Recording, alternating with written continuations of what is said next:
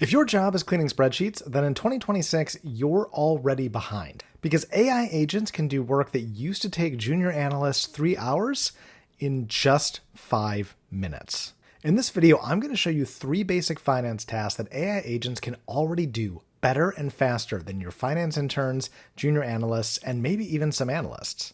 And to be clear, my goal isn't to scare you. My goal is to show you how critical it is that you automate all of this repetitive manual work so you can spend time on the things that really matter.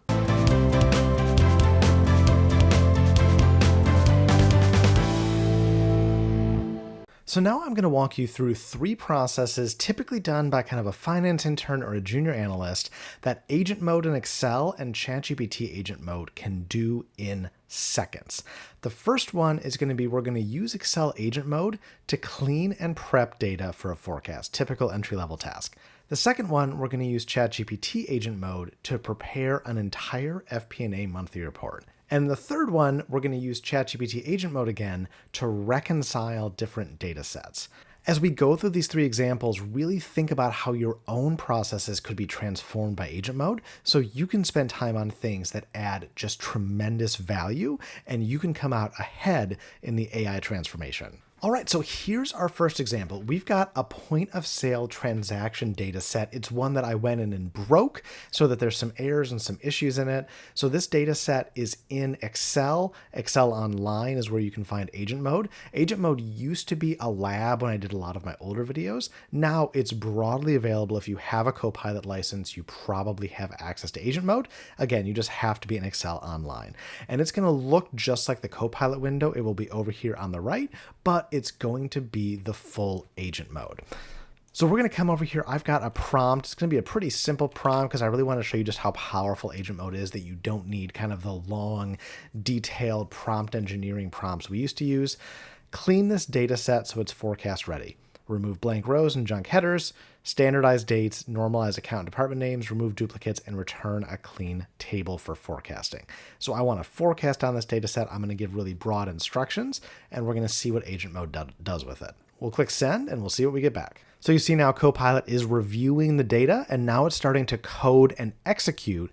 So this is where agent mode is going to go, and it's going to run Python if it needs to. It's going to run whatever it needs to do. It can pull in different coding languages. And there we go. The data set is now cleaned and ready for forecasting. So in just seconds, all of the work that would have been done manually has been done in seconds. You can download the cleaned data set here, cleaned forecast ready. Let's pop this open. And there we go. That took about 45 seconds. And in 45 seconds, it was able to completely clean and prep the data and give us this entire file that we are ready to download.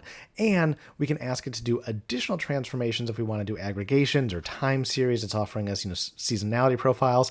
It's even offering us the opportunity to do the forecasting model. But that's how easy it is. Give it the things you want cleaned up, and it's going to do all of that work that used to take someone clicking away hours to do. If you haven't already, make sure to click the link down in the description and join my free weekly newsletter, Finance Automation Insider. Every Wednesday, I'll send you tips, tricks, and hacks just like this, and I don't want you to miss a thing. Plus, when you join, I'll send you a copy of my free guide to 15 5-minute finance automations that you can use today. So again, click the link down in the description to get started. Okay, so now that we've had agent mode and Excel clean and prep data, now we're going to use ChatGPT agent mode to prepare an FP&A monthly report. Again, we're going to have a pretty straightforward prompt because I really want to show you how powerful this is. Now for ChatGPT agent mode, you do need to have a pro subscription, but once you have the pro subscription, all you have to do is come down here, hit the plus, and turn on agent mode, and you'll get 40 credits a month that resets every single month. So we'll pop that in, make sure agent is on here, and then we'll attach our files. So here we're going to give it our financials, and we'll give it our point of sale data. With our files attached, our prompt says build the current month FP&A report using these files. I want you to update tables and charts. I want you to compare to last month, highlight key changes, and produce a summary suitable for management review. All right, so we've got our files attached. We've got our prompt in. We're making sure agent mode's on. Let's send it away and see what we get back. All right, so ChatGPT has processed the financial table. It's processing the point of sale table, which is a little bit larger. There's a lot more data in point of sale. And then it's getting ready to work. Now, what's really interesting about ChatGPT agent mode is it actually sets up its own desktop inside ChatGPT. So you can go away, you can go do other work. It's not locking down your computer. It's literally creating an entire Python environment on its own terminal for analysis. So you can go do other things. Well, this might run for 10, 15 minutes because it's doing some really in-depth analysis, even beyond what we saw out of Excel agent mode. But it's going to run this in the background while you can go do whatever you need to do because you're not working on your computer. How powerful is that? You can get all this work done with just a few clicks, go work on something else, come back, and you're going to have your entire month-end report ready to go. So we're continuing to watch agent mode and ChatGPT work, and you can see it planning out. That's really the difference between generative AI, which was the big thing in 2023, 2024, 2025. But now that we're moving into 2025, 2026, that's where we're seeing agents take off, and this is the difference. In generative AI, you're going to give a prompt, you're going to get a response back. You're going to give a prompt, you're going to get a response back. It's trying to respond to the prompt, the specific instruction you've given it. It's completing a task. But agents can work towards a goal and can plan their own tasks along the way. And that planning is what you're seeing. As it encounters a roadblock or as things aren't exactly what it expects, it can change the plan and work towards the goal I've given it. That's why you don't need to have as engineered of prompts. That's why you don't need to have as engineered of prompts. That's why you can give it a broader task like I've done here of just build the FP&A report using these files, because it can make decisions, it can research along the way. There's all of these different things to do. And again, all of this is happening in a Python terminal that's not locking down the rest of our computer, and we can go off and do other things. So what we're seeing here is really interesting. It wants to go out and make sure it's giving us the best information possible. So now that the calculations are done, it's actually going out and researching all the different options on the internet that it can find. And now it's already coming back with our FP&A package. So the data I gave it was from January to June 2023. And here's the latest FP&A package. All the tables and charts in the workbook have been updated, and it's compared to June versus May. So we gave broad instructions and we got it back. Here's our key takeaways: revenue, momentum, margin, expenses. Here's an entire narrative for management. And then here is the spreadsheet that it's given us. Let's go ahead and pop this open. Beautiful. So we've got a P&L summary that it built up, sales revenue versus net income, have a point of sale monthly summary, point of sale changes, store revenue changes, and category revenue changes. So just like any work you get back from, an intern or junior analyst, you're going to want to check it. You're going to want to validate it. You're going to want to maybe polish it up, clean it, give it some feedback. 80% of the work is done for you. All of the data management, all of the preparation, all of the chart building. Now it's about putting the final polish on for executive leadership. But all of that ran in about 15 minutes, and we were able to go do other things for that entire time. I only came back to kind of comment on what you were doing, but I was over here working on my computer, doing other things that I needed to get done while all of this ran. How cool is that? Have any questions so far?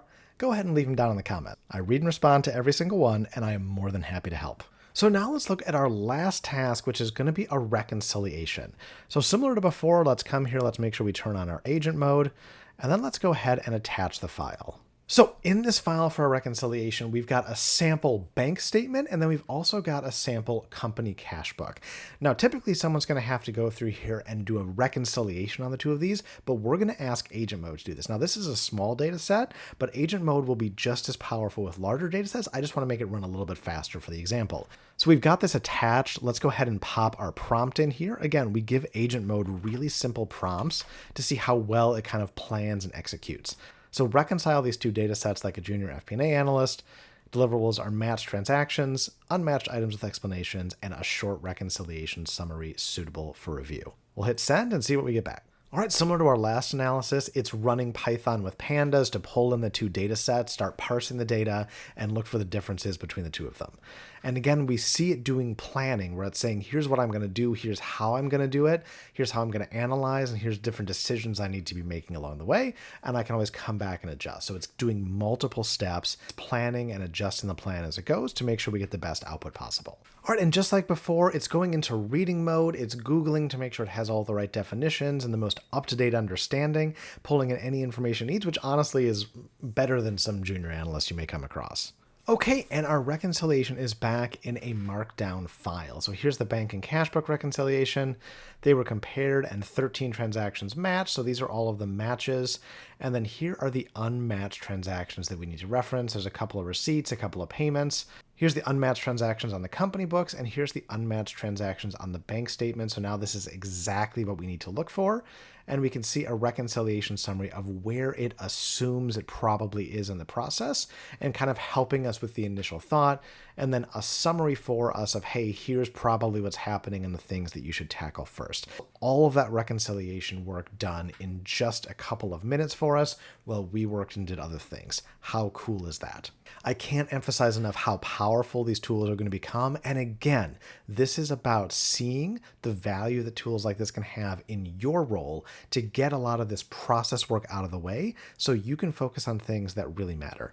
Because a lot of people don't want to start using this stuff. It seems a little bit outside of their comfort zone. So if you jump on this, you can become a leader in this. You can use these tools to be more productive than anyone around you. And that's how you're going to succeed in the AI transformation.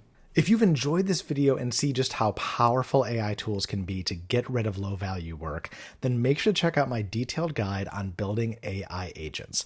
I'm going to put a link to the video right here. This is going to teach you in under 30 minutes how to go from start to finish of building your first AI agent. I'll catch you over there.